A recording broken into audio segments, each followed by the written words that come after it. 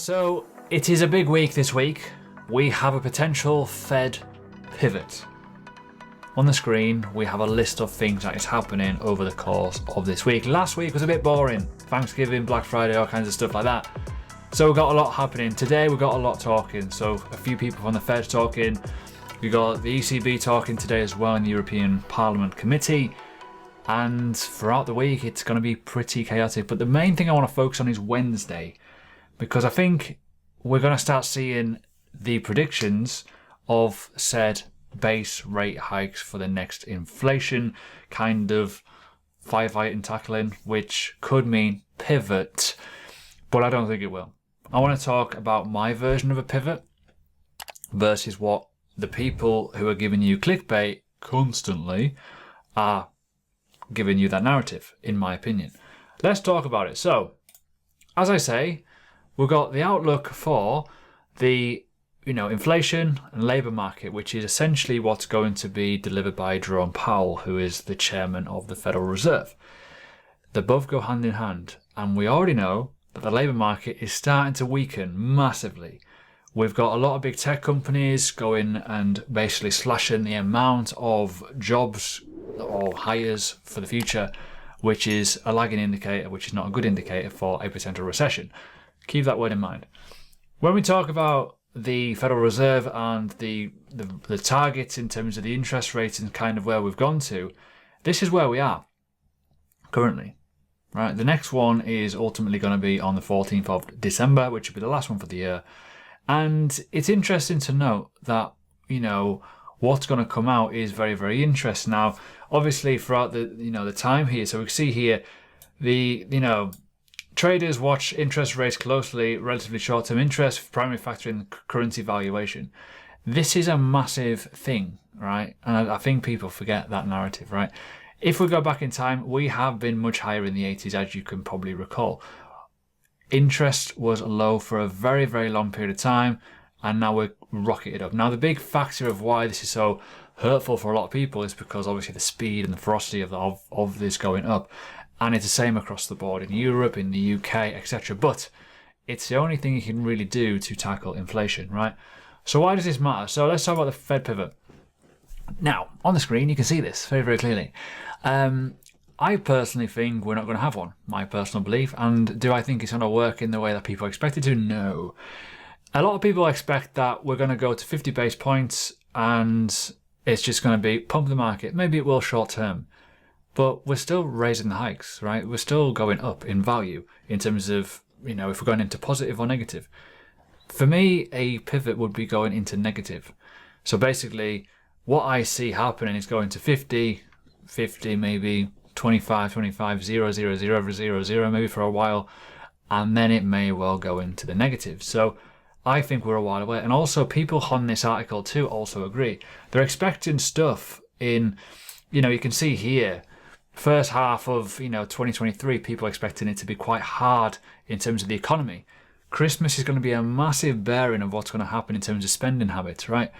If it is bad and the outlook is pretty crap, we're probably going to see those interest rate hikes still continue for a while. A lot of people are expecting, we're expecting a first cut to happen in late 2023, at the earliest 2024. So I don't understand where the narrative of pivot comes from all the time. Now, even currently right now, we're looking at a 50 base point hike, but only 52% chance of people believe that is dialed in. So it's hit and miss. This is why Wednesday is important to see, is it hawkish, is it dovish, right?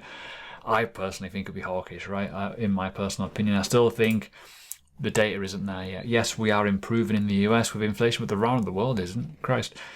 May well be just one of those anomaly data bits and pieces what happened in July, right? Remember that. So let's talk about the market. Okay, now why does it matter for us in crypto? Because ultimately crypto is a great source of liquidity. You can see on the screen here, massive amount of charts, I know. You got the US dollar. This was always going to come down when you think of recovery in the Eurozone in terms of the FX market, right?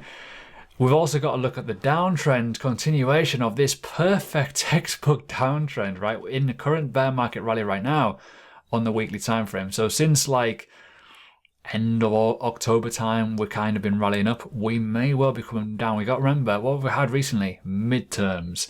What are we at now? Christmas period. It's going to start to get boring, boys and girls. I will not be doing many videos over December, put it that way, because it will be boring. And crypto will be following it too, right? We've kind of decoupled a little bit from this. As you can imagine, you can see that this has gone up and we have gone down, but we know why, the reason for that. FTX, Genesis and all kinds of stuff like that. Huge problem. Again, you can see this with the NASDAQ, similar sort of downtrend, looking very obvious. But we've got to remember, we are following this information, right? If we get a big dump, we're probably going to follow it. There's a lot of people are noticing the differences and the similarities between both markets, right? The differences is obvious, right? Different thing, different asset, different timings. But in terms of similarity, when the markets are shut in the US, like it was on Thursday and early on Friday, we have done nothing up until the markets have opened this morning, right? And obviously what's happened this morning? Well, we've got stuff in China to worry about. China had been a bit of an issue, and this is why we've kind of dropped off a little bit this morning, right? Looking weak. Anyways, market analysis for you guys, long-term kind of element, right? Try not to, get caught up in the noise factor. I mentioned this in my video yesterday. Be in the market more as it gets lower, because you're going to have increased exposure at better value for, your risk reward. If we do have a pivot eventually at some point in the future, the market will probably be positive. You want to be in that to kind of get some upside relief, right? Especially if you've been, spending the time buying at these low levels. But it's not going to happen tomorrow. It's not going to happen next week. It's definitely not going to happen next month. It could be a year away. It could be a genuine year away. So as I said in previous videos, if you've got a time frame to go, right, I've got a year to save so much money that I'm earning and I'm looking to invest, do it carefully, do it wisely, do it with a plan, right? Don't worry about pivot, because one little bit of headline, when it goes as a 50 base point hike, everyone's going to be screaming. You can probably imagine the thumbnails right now of everyone screaming pivot. When it goes to 25, pivot. 0, pivot. I think we're miles away from that personally. I still think we've got to get a lot of consecutive wins under our belt for the inflation rate to come down. And we've also got to be careful with the word of stagflation, where the economy could literally just stand still. Think of it this way, right? Imagine if we've got high interest rates, high inflation rates, a fall in economy, a fall in job market. That's a problem, because we're going to have a vicious cycle where everyone's going to be getting raises in their wages, right? Inflation comes down. There's a big massive gap, and there'll be a period of time where people will not be getting wage rises for a long time because the inflation rate has dropped. The economy may also drop too at the same time. It may just stay still, which is why it's called stagflation, right? So, not great, right? Not a great recipe, but in my opinion, buy as low as you possibly can. Same with the stock market, same with your index funds. If they're low, you may well find an opportunity is here. Anyways, that's my speech done on pivots and stuff. My personal belief, we're nowhere near it yet. I think we're going to start seeing people scream it very soon. I think Wednesday is a catalyst day to see, are we going to go for 50 or 75? We'll know by what's been said. Is it more dovish? Is it still hawkish? Personally, I still think 75 is on the table for me. Why not? Anyways, watch this video. Might help you.